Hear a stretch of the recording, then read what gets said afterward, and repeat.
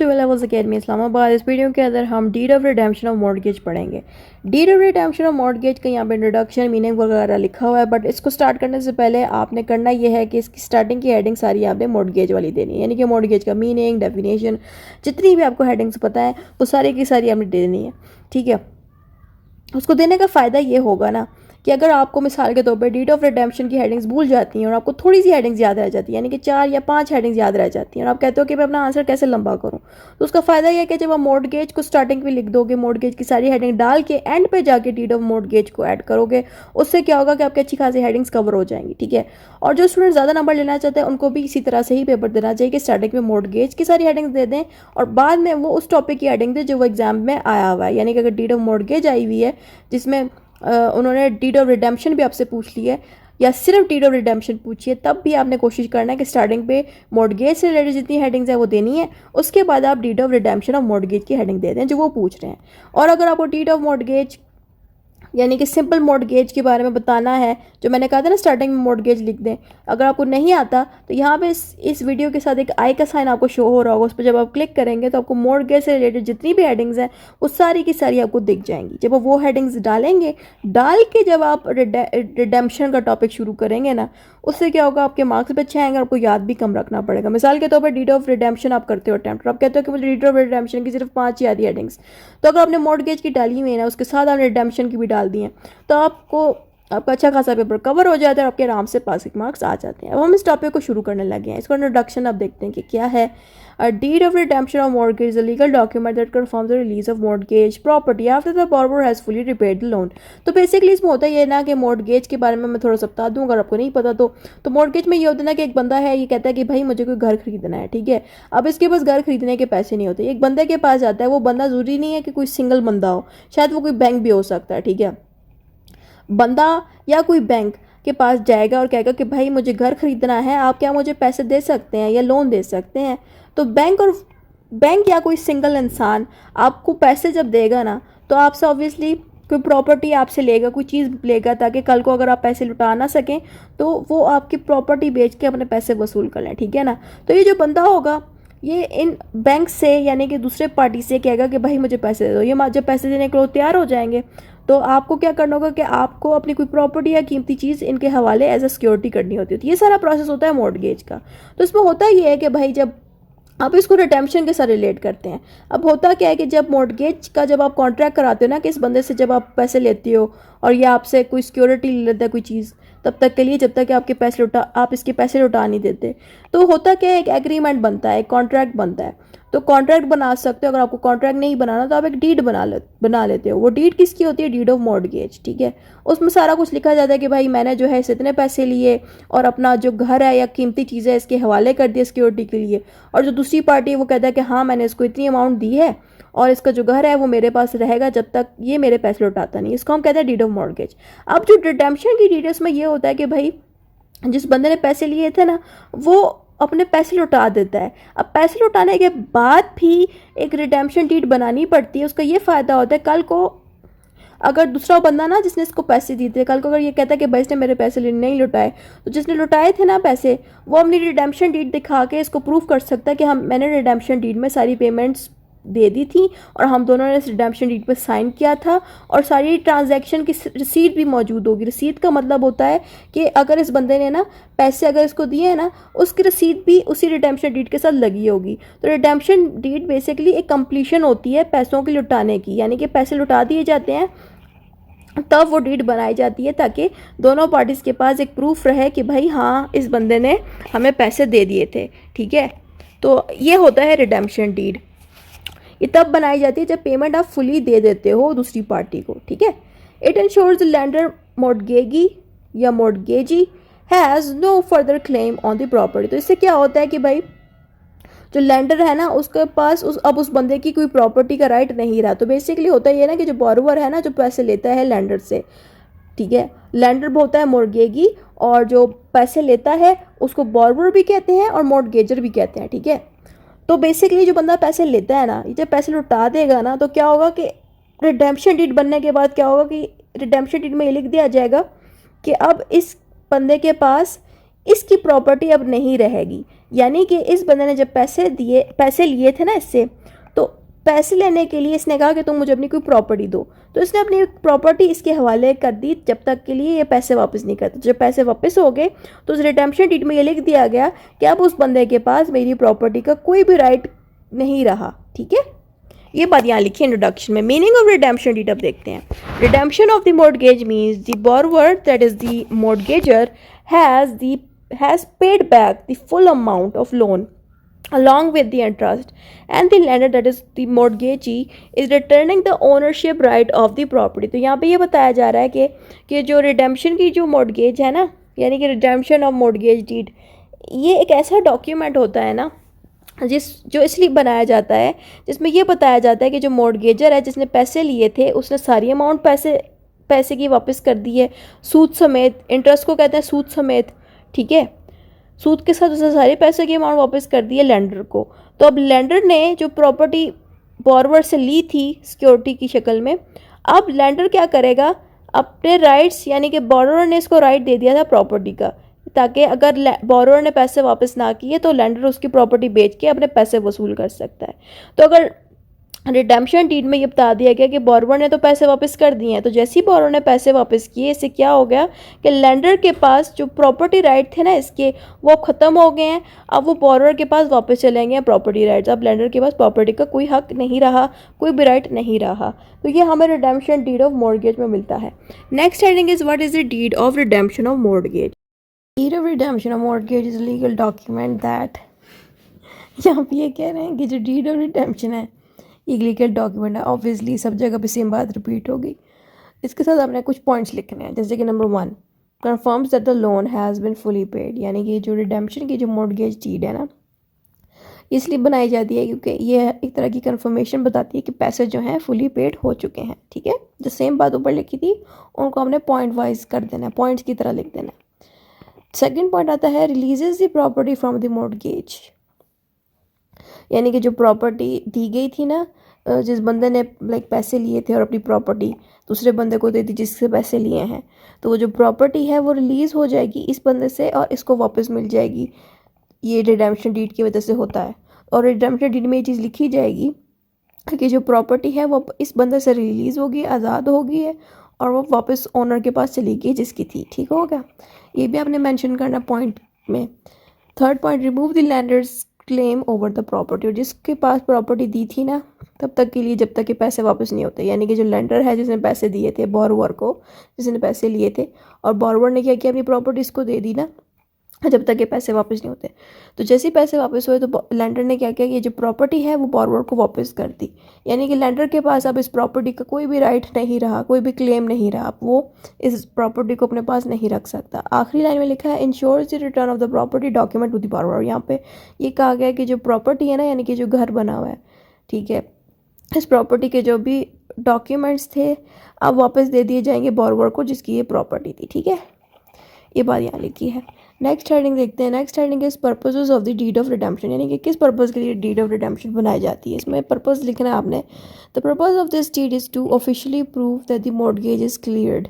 यहाँ पे इसलिए बनाया जाता है रिडेम्पशन डीड के मॉर्गेज जो है क्लियर हो चुके हैं, यानी कि कोई भी किसी का भी आधार मॉर्गेज का नहीं रहता, यानी कि कोई भी लोन नहीं रहता किसी के ऊपर भी।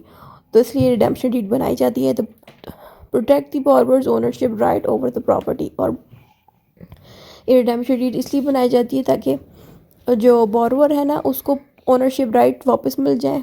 ठीक है, वैसे तो उसको वैसे भी मिल जाएंगे, लेकिन रिडेम्पशन डीड का ये फ़ायदा होगा कि उसके पास डॉक्यूमेंट्स में बता दिया जाएगा कि बोरोवर ने सारे पैसे दे दिए हैं, अब उसको राइट वापस मिल जाए प्रॉपर्टी का। कल को अगर बोरोवर को कोई कोर्ट लेके जाता है, कहता है कि भाई बोरोवर ने पैसे नहीं दिए थे, तो बोरोवर ये रिडेम्पशन डीड का डॉक्यूमेंट कोर्ट को दिखा सकता है कि भाई इसके अंदर सारे पैसे मैंने दे दिए गए थे और हमने एक रिडेम्पशन डीड बना दी थी कि अब मॉर्गेज ख़त्म हो चुका है और मैंने सारे पैसे चुका दिए हैं। जिससे क्या होगा कि इसकी जो प्रॉपर्टी है उसके राइट्स भी सेव रहेंगे ताकि कल को कोई इस पर इल्ज़ाम ना लगा सके। थर्ड पॉइंट पे लिखा है ensures that the lender can not claim the property in future. और ये इसलिए बनाया जाता है कि कल को जो लैंडर था ना जिसके प्रॉपर्टी दी थी बोरोवर ने, यानी कि बोरोवर ने प्रॉपर्टी लैंडर को दी थी ना, ताकि क्योंकि ऑब्वियसली लैंडर ने इसको पैसे दिए थे, तो पैसे जब बोरोवर ने ले लिए तो अपनी प्रॉपर्टी इसको दे दी। तो जब मॉर्टगेज ख़त्म हो गया ना दोनों के बीच, तो क्या हुआ कि जो प्रॉपर्टी इसको दी गई थी ना लेंडर को, वो वापस देनी थी अब बोरोवर को। तो अब बोरोवर को तो वापस मिल गई, और इन दोनों ने क्या किया कि एक रिडेम्पशन डीड बना दी। ठीक है, जब ये रिडेम्पशन डीड बना दी, इसमें ये लिख दिया कि भाई पैसे वापस दे दिए गए हैं, रिसिप्ट मौजूद है, पैसे की ट्रांजैक्शन की जो रसीद नहीं होती वो भी मौजूद है, और सारी दोनों पार्टीज़ ने साइन भी इस पर किया, उनके विटनेस से भी साइन किया हुआ है। कल को फिर क्या होगा कि फ्यूचर में, जैसे कि आज 2025 में इन्होंने रिडेम्पशन डीड बनाई है और 2030 आ चुका है। ठीक है, 2030 में जो लैंडर है ना, ये चालाकी से कहता है कि भाई बोरोवर ने तो मुझे पैसे नहीं दिए, तो प्रॉपर्टी दोबारा मेरे नाम कर देना। तो जो बोरोवर है वो ये रिडेम्पशन डीड इसको दिखाएगा और उससे कहेगा कि इसमें सारी चीज़ें मौजूद थी, मैंने रसीद भी लगाई हुई है पैसों की, मैं पैसे दे चुका हूँ, जो कि इसने दिए भी थे। तो इस बेसिकली रिडेम्पशन डीड इसलिए बनाई जाती है ताकि फ्यूचर में कोई भी इस बोरोवर को धोखा ना दे सके, बोरोवर से दोबारा उसकी प्रॉपर्टी राइट ना ले सके।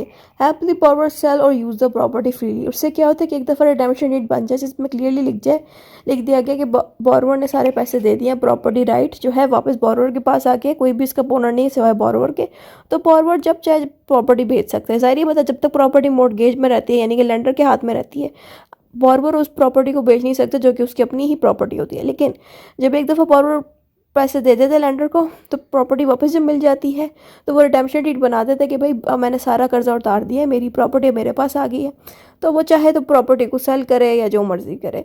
ठीक है, रिडेम्पशन डीड की वजह से ही उसको अब वो प्रॉपर्टी मिल जाती है पूरी तरह से। ठीक है, तो ये फ़ायदे हमें रिडेम्पशन डीड बनाने के मिलते हैं, सॉरी रिडेम्पशन मॉर्टगेज बनाने के मिलते हैं। नेक्स्ट हेडिंग देखते हैं, what is the deed of redemption of mortgage needed. यहाँ पे लिखा है when is the deed of redemption is needed, यानी कि किन सिचुएशंस पे रिडेम्पशन ऑफ डीड की हमें ज़रूरत पड़ती है। इसमें लिखा है this deed is required when number 1 the entire loan amount has been paid, यानी कि ये तब हम बनाते हैं जब पैसा सारा का सारा पे हो चुका हो, यानी कि जो बोरोवर है ना, जब उसने पैसे लिए थे लैंडर से, तो बोरोवर ने जब सारे के सारे पैसे लैंडर को चुका दिए हों, दे दिए हों, तब ये रिडेम्पशन डीड बनानी चाहिए। The lender agrees to release the mortgage, और जब पैसे दे दिए हों तब जब लैंडर वापस दे रहा हो ना प्रॉपर्टी को, तब भी बनाना चाहिए इस रिडेम्पशन डीड को।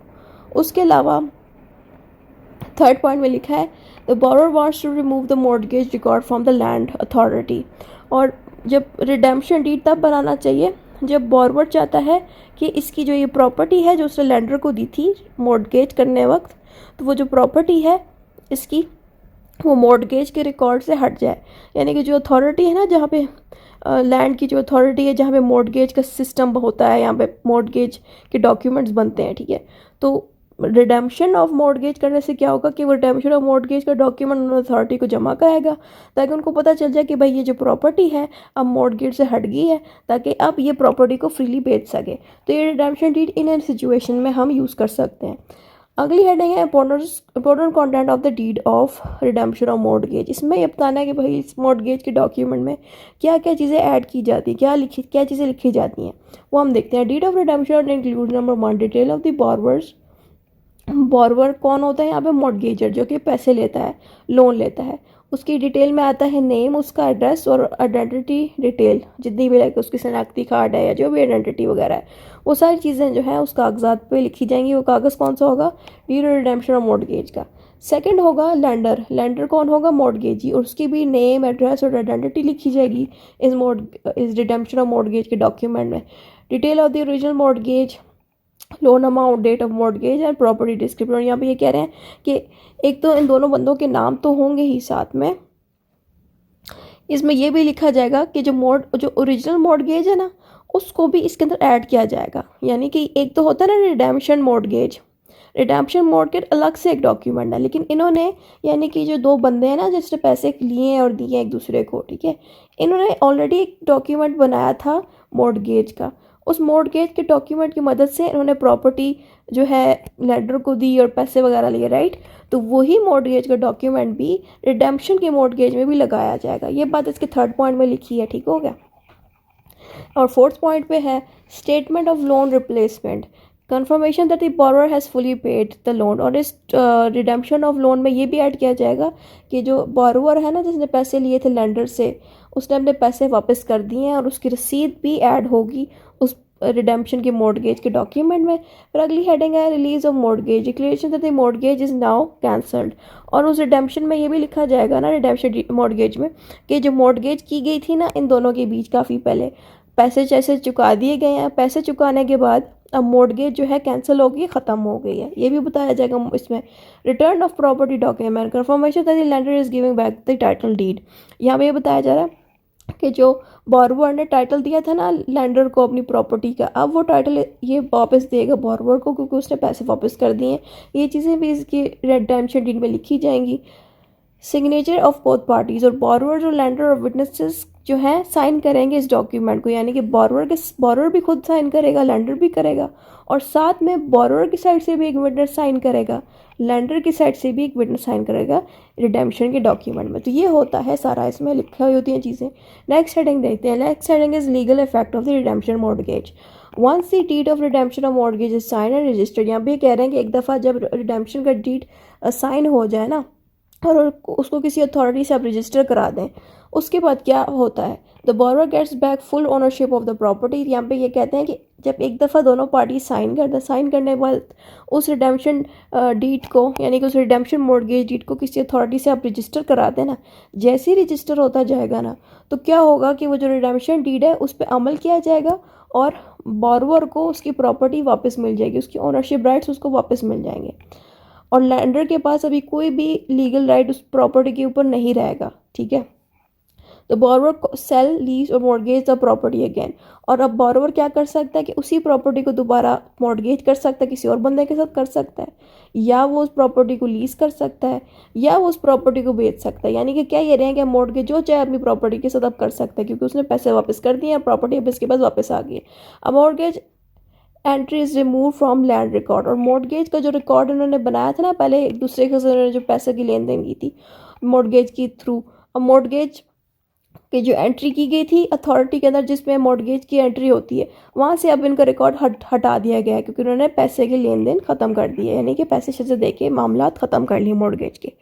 Next heading is registration of a deed of mortgage, redemption of mortgage. ठीक है, अब यहाँ पे बताया जा रहा है कि भाई रजिस्ट्रेशन होगी deed of redemption of mortgage की। ठीक है, अब इसके रजिस्ट्रेशन के बारे में हम देखते हैं क्या लिखा हुआ है। यहाँ पे लिखा है the deed should be registered with the land registry office. यहाँ पे कह रहे हैं कि जो आप जब इसको रजिस्टर कराए ना तो उसको लैंड रजिस्ट्री ऑफिस के थ्रू रजिस्टर कराइए। एक डिपार्टमेंट है जो कि मॉर्गेज डीड्स को रजिस्टर करता है। This ensures that the government record should be mortgage is clear. यहाँ पे हम रजिस्टर इसलिए कराते हैं ताकि गवर्नमेंट के रिकॉर्ड क्लियर हो, कल को कोई फ्यूचर में डिस्प्यूट अराइज हो, कोई भी मसला हो, तो हम रजिस्टर्ड डॉक्यूमेंट दिखा के अपने मसलों को सॉल्व भी कर सकें। Without registration the lander way still claim the property in future. अगर डॉक्यूमेंट मॉर्गेज रिडेम्पशन वाला, ये जो रिडेम्पशन ऑफ मॉर्गेज है डॉक्यूमेंट अगर रजिस्टर्ड नहीं होगा ना, तो कल को दोबारा से लैंडर जो है वापस आके कहेगा भाई ये जो प्रॉपर्टी है तो अभी भी मेरी है, क्योंकि उसने पैसे नहीं दिए। तो अगर डॉक्यूमेंट रजिस्टर्ड नहीं होगा ना, तो कोर्ट पे आप जाके जब कहोगे ना कि भाई रिडेम्पशन डीड हमने बनाई थी, लेकिन अगर वो रजिस्टर्ड नहीं होगा ना,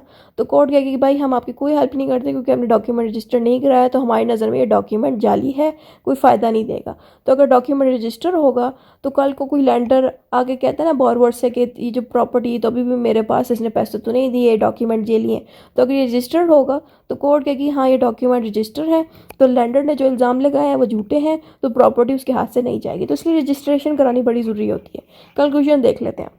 A deed of redemption of mortgage is a very important, as it legally proves that the borrower has paid off the loan and now has completely ownership of the property। ये जो redemption की deed है ना, ये इसलिए important होती है क्योंकि ये एक लीगल प्रूफ होती है कि borrower ने, यानी कि जिस बंदे ने पैसे लिए थे उसने सारे के सारे पैसे चुका दिए।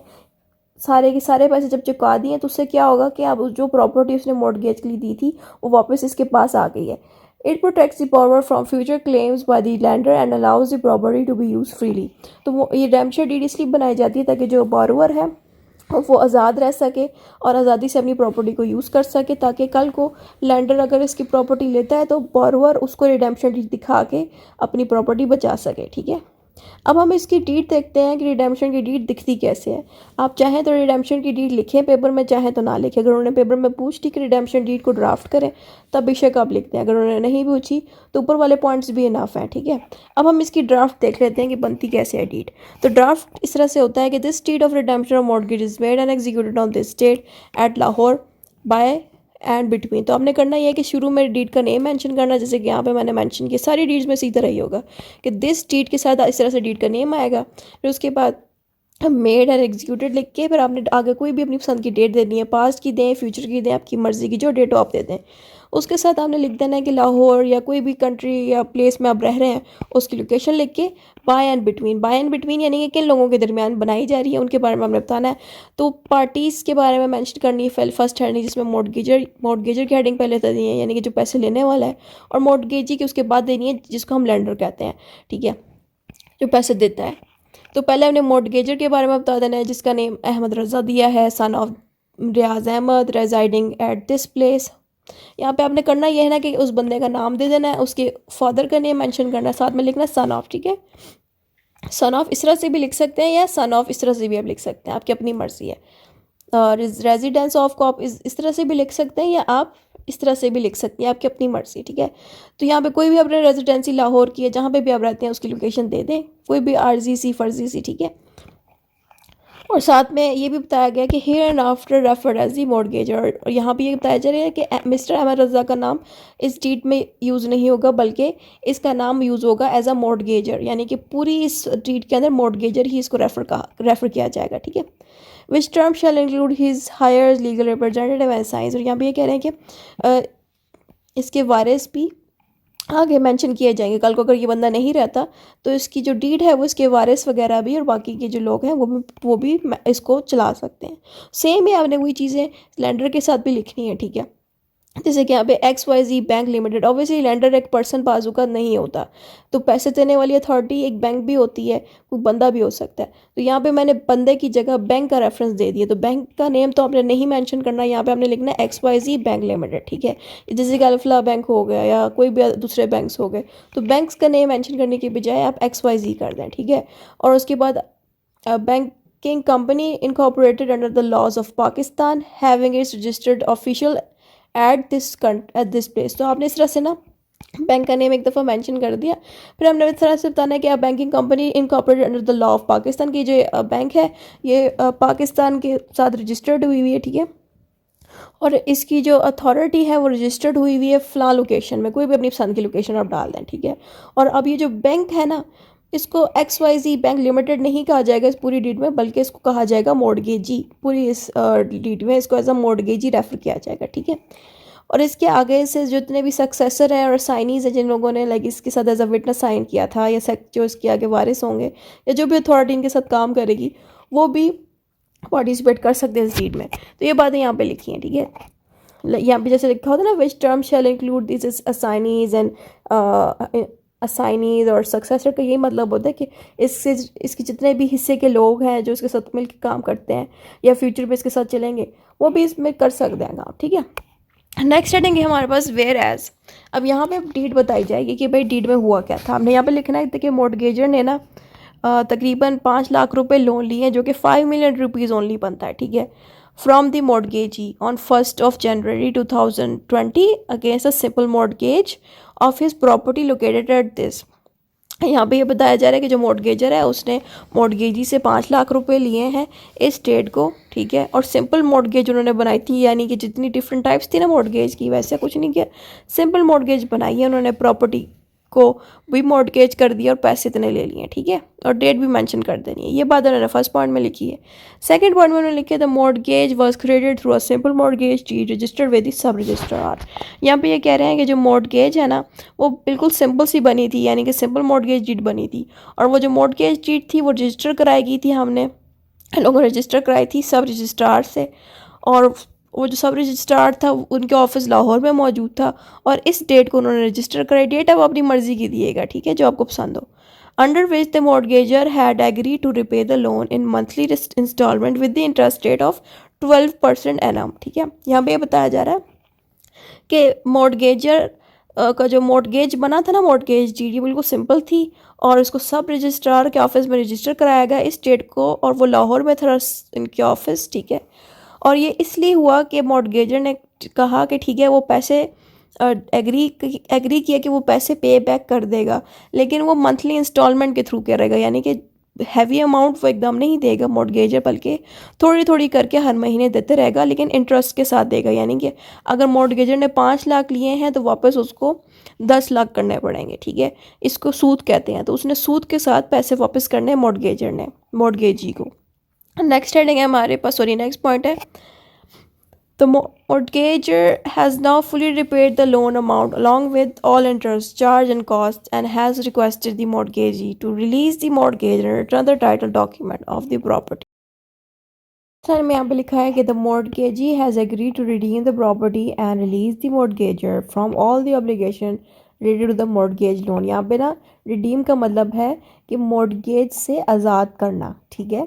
तो यहाँ पे ये हो रहा है कि जो mortgagee है इस बात को मान गया कि वो अब मॉर्गेजर को, यानी कि जिसने पैसे लिए थे उसको, मॉर्गेज के डॉक्यूमेंट से मॉर्गेज के तमाम ऑब्लिगेशन और ड्यूटी से अब हटा रहा है, रिडीम कर रहा है, उसको निकाल रहा है, क्योंकि उसने पैसे चुका दिए हैं, ठीक है। और अब उसके ऊपर कोई भी मॉर्गेज लोन नहीं रहा, यानी कि मॉर्गेजर के ऊपर, यानी कि जिसने पैसे लिए थे, अब उसके ऊपर कोई भी लोन नहीं रहा, क्योंकि उसने सारे पैसे दे दिए सूद समेत। ये आपने पॉइंट्स वाइज बताना होगा। नेक्स्ट हेडिंग में आपने लिखना, now this deed witnesses as follow. अब यहाँ पे कुछ पॉइंट्स ऐसे हैं जो आपको ऐड करने होंगे। रिडेम्पशन ऑफ मॉर्गेज आ जाएगा, जिसमें रिडेम्पशन का पॉइंट आपने इंक्लूड करना है। इसमें ये लिखना है, the mortgagee acknowledges that the mortgagor has fully repaid the loan and interest. Acknowledge का मतलब है कि मॉर्गेज को इस बात का यकीन हो गया है, इल्म हो गया है कि मॉर्गेजर ने सारी की सारी पेमेंट फुली रिपेड कर दी है, सारे लोन की, इंटरेस्ट के साथ, सूद के साथ। And therefore the mortgage stands redeemed. यहाँ पे ये कह रहे हैं कि जो मॉर्गेज है वो स्टैंड्स रिडीम हो गया है from the date of execution of this deed, ठीक है। तो बेसिकली यहाँ पे इस तरह से हुआ है ना कि ऊपर वाले पॉइंट में उन्होंने मॉर्गेज का जो एग्रीमेंट हुआ था उसके बारे में उन्होंने बताया कि भाई उसमें इतना जो है इंटरेस्ट होगा, पैसे शैसे पे हो गए, ये वो, ठीक है ना। यहाँ तक तो ऑब्वियसली मॉर्गेज के बारे में बताया। फिर उससे अगले पॉइंट्स में ना आपने इन 2 पॉइंट्स में ये बताना है कि भाई मॉर्गेज जो है अब कंप्लीट हो गया है, रिलीज़ हो जाएंगे अब, क्योंकि उन्होंने पैसे चुका दिए हैं, ठीक है। ये 2 पॉइंट्स में पहले आपने बता दिया। उसके बाद आपने इस हेडिंग के बाद ना रिडेम्पशन ऑफ मॉर्गेज को दोबारा लिख के दोबारा से बोलना है कि भाई अब ये जो मॉर्गेजी है उसने इस चीज़ को मान लिया है कि मॉर्गेजर ने सारे पैसे चुका दिए हैं। अब ये जो मॉर्गेज डीड है स्टैंड रिडीम हो गई है। रिडीम का मतलब है अब ये कैंसिल हो गई है, ख़त्म हो गई है, ठीक है। तो ये इस तरह से लिखा जाता है मॉर्गेज डीड को। तो इसमें आप अपने वर्ड्स नहीं लिख सकते, इसको एज इट इज़ ही आपको लिखना पड़ेगा कि आप डीड लिख रहे हो, ठीक है। Next heading is release of the title document. तो आपने यहाँ पे दो हेडिंग्स देनी मोस्ट इंपॉर्टेंट, एक रिडेम्पशन ऑफ मॉर्गेज की और रिलीज ऑफ डॉक्यूमेंट की। थर्ड में आपने देनी है डिस्चार्ज ऑफ मॉर्गेज ऑब्लिगेशन की। फोर्थ है रजिस्ट्रेशन ऑफ रिडेम्पशन डीड की। तो basically no further claim and legal cost. मैं आपको स्टेप बाय स्टेप ही बता दूं तो ज़्यादा बेहतर है, ठीक है। तो second point by the release of title document, इसमें ये बताया जाएगा कि भाई जो टाइटल डॉक्यूमेंट जो बोरोवर ने, यानी कि पैसे लेने वाले बंदे ने अपनी प्रॉपर्टी का टाइटल डॉक्यूमेंट लेंडर को दिया था, यानी कि मॉर्गेजी को दिया था, वो अब वापस जा रहा है बोरोवर को, यानी कि मॉर्गेजर को। तो ये बात यहाँ लिखे थे, mortgagee hereby returns the original title deed and all other relevant property documents to the mortgagee। ये बातें यहाँ लिखी जाएंगी। अगली पॉइंट अब आ जाता है हमारे पास डिस्चार्ज ऑफ मॉर्गेज ऑब्लिगेशन। यहाँ पे बताया जाए कि mortgagor is no longer liable for any payment और ऑब्लिगेशन अंडर द मॉर्गेज, यानी कि जो मॉर्गेजी का इन 2 बंदों ने कॉन्ट्रैक्ट किया था ना, मॉर्गेजर और मॉर्गेजी ने, अब इसके ऊपर मॉर्गेजर का कोई भी ऑब्लिगेशन नहीं रहा ना, यानी कि मॉर्गेजर को मजीद कोई पैसे नहीं देने क्योंकि वो अपने पैसे चुका चुका है। And the mortgagee has no further claim over the mortgage property. यहाँ पे ये कह रहे हैं कि जैसे कि मॉर्गेज के ऊपर ऑब्लिगेशन ख़त्म हो गई है, ड्यूटी ख़त्म हो गई है पैसे चुकाने की क्योंकि उसने सहायता दी, वैसे ही मॉर्गेजी जिसके पास प्रॉपर्टी है उसके पास भी अब राइट ख़त्म हो गया है कि वो अब उस प्रॉपर्टी को रख सकता है। ये बात आपने यहाँ पे बतानी है डिस्चार्ज ऑफ मॉर्गेजी के ऑब्लिगेशन में। दूसरी हेडिंग में रजिस्ट्रेशन ऑफ रिडेम्पशन डीड आ जाएगी, यानी कि ये भी मेंशन करना बड़ा ज़रूरी है डीड के अंदर कि भाई जो रिडेम्पशन डीड है जिसके अंदर हमने ये सारी बातें लिखी हैं ना, ये सारी ये रजिस्टर्ड भी हुई हुई है, यानी कि जो बातें लिखी गई हैं रिडेम्पशन डीड में वही रिडेम्पशन डीड हमने रजिस्टर भी कराई है। आप जब तक रजिस्ट्रेशन के बारे में नहीं बताएंगे ना अपनी डीड में तो थोड़ा वो जो डीड है रिडेम्पशन की वो सही नहीं बनेगी। तो यहाँ पर लिखना, तो parties agree that this deed of redemption of mortgage shall be registered with the relevant land registry office, यानी कि जो डीड है ना, यानी कि रिडेम्पशन डीड है ये रजिस्टर होगी किसी रिलेटेड रेलेवेंट और रिलेटेड लैंड ऑफिसर के साथ, यानी कि जो वहाँ पे ना मतलब जिस लोकेशन में इन्होंने डीड बनाई थी ना, उसी की लोकेशन के ऑफिसर से इन्होंने अपने डीड को रजिस्टर कराना है, ताकि जैसे ही रजिस्टर कर देंगे ना, उससे क्या होगा कि ऑफिशियली इनका जो रिकॉर्ड था ना मॉर्गेज का पुराना, वो रिमूव हो जाएगा, ठीक है, लैंड रिकॉर्ड से, ठीक है। Next heading is no further claim, the mortgagee confirms that it has no further claim lie on or charge on the mortgage property and shall not interfere with the mortgager's right in the property in future। और यहाँ पे ये भी बताया जाएगा कि जो mortgagee है, जिसको प्रॉपर्टी दी गई थी, जिसने पैसे दिए थे मॉर्गेजर को, ठीक है, उसके पास अब प्रॉपर्टी का कोई भी राइट नहीं रहा, ठीक है। तो अब क्या होगा कि मॉर्गेजर से वो अब दोबारा प्रॉपर्टी नहीं मांग सकता, ना ही उसके राइट्स में, उसकी प्रॉपर्टी के राइट्स में इंटरफेयर करेगा। ये बातें यहाँ लिखी गई हैं इसके रिडेम्पशन डीड में।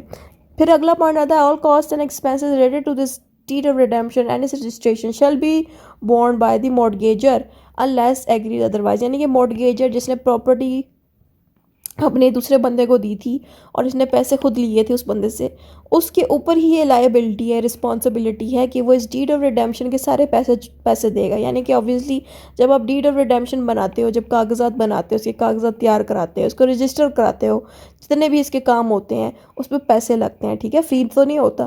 तो ज़ाहिर ही पता है इसकी ड्यूटी मॉर्गेजर के ऊपर ही जाएगी, क्योंकि ऑब्वियसली रिडेम्पशन जो डीड है ना, वो फ़ायदा ही ज़्यादा मॉर्गेजर को ही देगी, उस बंदे को नहीं देगी जिसके पास प्रॉपर्टी है, ठीक है। क्योंकि मॉर्गेजर को इस रिडेम्पशन डीड से बनाने का फ़ायदा इसलिए कि वो प्रॉपर्टी के राइट्स प्रोटेक्ट होते हैं इससे।